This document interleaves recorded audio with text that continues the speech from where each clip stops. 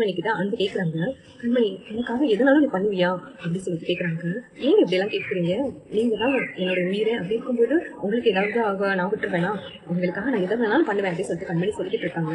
உடனே அன்பு இருந்துக்கிட்டு, கண்மணி நீ அவ்வளவு தூரம் விரும்புறியா அப்படின்னு சொல்லிட்டு கேட்குறாங்க. ஆமாங்க, அதை என்னால வார்த்தையால சொல்ல முடியாது.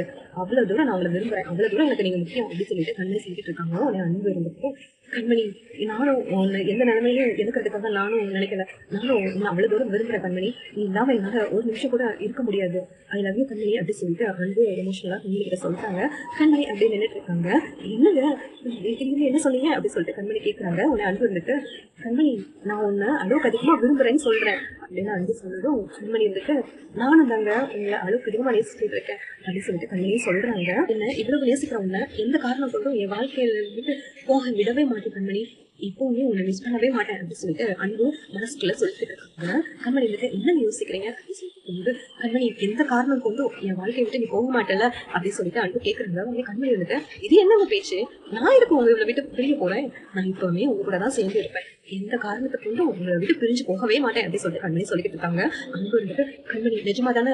எந்த காரணம் காட்டியும் என்னை விட்டு நீ பிரிஞ்சு போக மாட்டல அப்படின்னு அன்பு கேட்கணும். உடனே கண்மணி, ஆமாங்க, நான் எப்பவுமே உங்க கூட எப்பவுமே எந்த காரணம் காட்டியும் உங்களை விட்டு பிரிஞ்சு போகவே மாட்டேன் அப்படின்னு சொல்லிட்டு கண்மணியும் சொல்லிக்கிட்டு இருக்காங்க. அன்பு இருந்துட்டு ரொம்ப சந்தோஷப்படுறாங்க. அன்பு கண்மணியை ஹக் பண்ணிட்டு அவங்க 2 பேரும் சேர்ந்துடுறாங்க. அந்த கோவிலுக்கு போனதுனாலதான் இதெல்லாம் நடந்துச்சு போலுக்கு.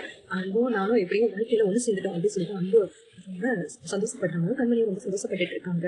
வெளியில வந்துட்டு, என்ன இன்னும் கதவை திறந்து வெளியில வரவே இல்லையே, என்னவா இருக்கும், ஏன் கதவை தட்டி பார்ப்போமா அப்படின்னு சொல்லிட்டு வெளியில கதவை தட்டுறதுக்காக நினைக்கிறாங்க.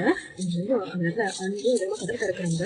திறந்தோடனே வெளியில அன்பு வந்துட்டு சிவக்காய் நின்றுட்டு இருக்காங்க. அன்பு மேல கண்மணியோட குடும்பம்லாம் ஊட்டி இருக்கு. என்ன நடந்திருக்கோம் அப்படின்னு சொல்லிட்டு வெளியில கோவமா பார்த்துட்டு இருக்காங்க. இந்த சீரியல் எப்படி நல்லா இருக்கும் நீங்க நினைக்கிறீங்க? கமெண்ட் பண்ணுங்க. ஷேர் பண்ணுங்க, சப்ஸ்கிரைப் பண்ணுங்க.